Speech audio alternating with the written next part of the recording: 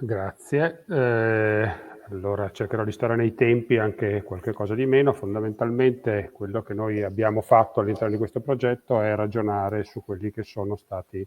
alcuni protagonisti e alcuni bisogni. I protagonisti sono gli ospiti autosufficienti del Residence Airone, che sono persone che vivono nella loro vita in totale autonomia, però in un contesto libero, aperto, ma comunque con un certo livello di protezione che è garantito dalla Civitas Vitae Angelo Ferro. Ovviamente col passare degli anni, pur rimanendo persone autonome, hanno fatto emergere tutta una serie di bisogni. E questi due bisogni riguardano fondamentalmente un bisogno preponderante legato alla sicurezza in casa e fuori casa e un bisogno legato alla comunicazione tra i condomini, quindi tra gli abitanti di questi belli appartamenti e con l'esterno. Che cosa noi abbiamo fatto? Abbiamo fatto una serie di riunioni con queste persone, abbiamo identificato un bisogno che potremmo proprio approfondire come sicurezza, che significa cosa succede se mi sento male, la grande paura di cadere e quindi come tale di non essere in grado di lanciare un allarme, oppure come anche posso prevenire eventualmente le cadute in casa,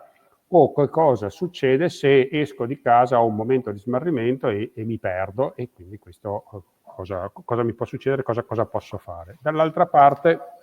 il tema della relazione, che è stato il fil rouge di tutta questa giornata, è quello con i vicini, perché comunque, come avete visto nelle immagini, gli appartamenti sono tutti vicini, sono stati costruiti a suo tempo in una logica proprio di favorire la vicinanza, il rapporto con i vicini. Ovviamente con i familiari, queste sono persone anziane che hanno una propria rete familiare che non vive con loro, e quindi mantenere la relazione con loro è assolutamente importante, e anche per fare delle cose nuove insieme. Negli interventi precedenti è stato evidenziato come la tecnologia ha aperto porte nuove per persone che mai avrebbero pensato di poterne beneficiare. È ovvio che poi ci sono latenti nella nostra esperienza tutta una serie di bisogni più sofisticati, ma che non sono emersi, non sono stati molto verbalizzati, perché i primari, quindi i bisogni di sicurezza, è quello ritenuto fondamentale. Cosa abbiamo fatto? Abbiamo cercato di fare una soluzione che fosse semplice, quindi l'uso di tecnologie molto facili, che fossero cosiddette a scaffale, cioè roba che si può comprare senza dover avere degli scienziati che se le vanno a prendere, che non avesse praticamente necessità di formazione, che potesse essere utilizzata per più scopi, in maniera tale da massimizzare l'investimento, e che fosse scalabile, vale a dire che potesse crescere con il tempo man mano che cambiassero le esigenze. E dall'altra parte la soluzione applicata è stata quella di spingere molto sulla cosiddetta peer education, vale a dire sul far sì che le persone si aiutino tra di loro, un'educazione tra pari. Abbiamo potuto capitalizzare l'esperienza fatta negli anni precedenti presso la Civitas Vitae Nazareth, dove c'è una scuola di domiciliarità dedicata anche a questi tipi di cose, e abbiamo aperto un rapporto con l'Associazione Informatici Senza Frontiere, che si è, che è partner operativo di questo progetto, proprio nel fatto di occuparsi della parte, diciamo, esecutiva di rapporto, proprio perché è istituzionalmente il loro obiettivo. Abbiamo definito con un nome molto, molto roboante lo Smart Aging Kit, che è fatto fondamentalmente da 3 tipi di oggetti. Una serie di Amazon Echo Show, quindi sono quegli apparecchi, quegli altoparlanti attivati con la voce, con uno schermo grande quasi come un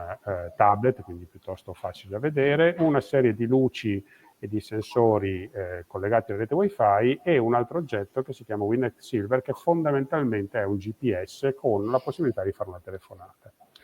Che cosa sono le funzionalità? Le funzionalità sono quindi la gestione vocale della caduta, e che sarà collegata a quello che è il centro operativo del Santa Chiara. Quindi io cado e potrò semplicemente verbalizzare la richiesta di aiuto senza necessariamente raggiungere un campanello. Potrò fare una videochiamata programmata, quindi un eventuale servizio buongiorno, per vedere come stanno le persone da parte dei colleghi della fondazione, e posso eventualmente fare un controllo visivo esterno, quindi dare un'occhiata su che cosa succede all'interno.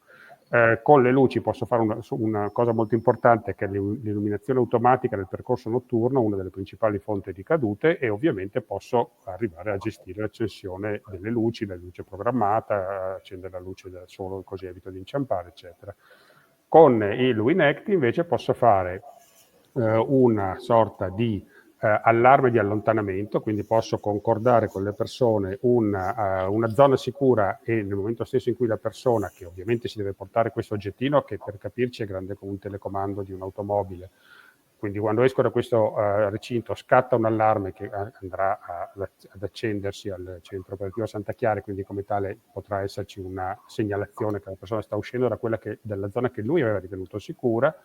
e in questo senso o tramite smartphone o PC posso poi vedere dov'è la persona e quindi gestire il suo recupero, e posso anche nel momento stesso in cui semplicemente non mi sento tanto bene ma vorrei una voce amica, fare una telefonata di emergenza, perché di fatto questo apparecchio può permettere anche di fare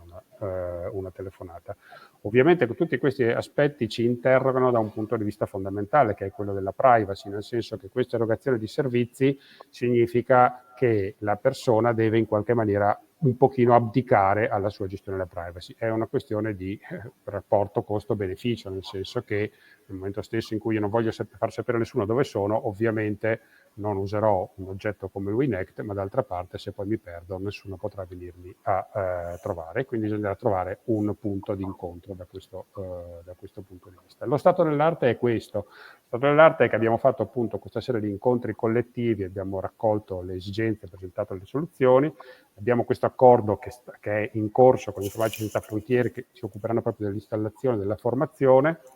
Abbiamo in casa i materiali, purtroppo il Covid ha mandato in malora tutti quelli che erano i nostri programmi, quindi abbiamo dovuto stoppare l'attività esecutiva, ma contiamo che da 15 giorni, da cui si potrà ripartire in sicurezza per tutti, potremo essere completamente operativi. Quali sono le prospettive? Le prospettive sono un'estensione quantitativa, che significa estendere la dotazione di questi kit anche ad altri appartamenti e in generale anche a strutture analoghe, quindi il senso anche di questo racconto è far sapere, far vedere che queste cose possono essere applicate anche in maniera autonoma, e proseguire poi nella disseminazione della cultura che sta dietro tutto questo attraverso il sito longevitativa.org, che è il sito di questo progetto. L'estensione qualitativa significa andare a ampliare ad altri servizi, bisogni disponibili, vale a dire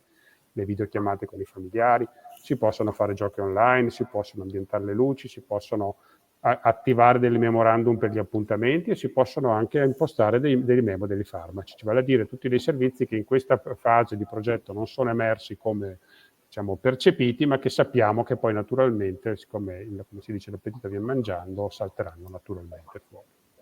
Io ho chiuso e ripasso la parola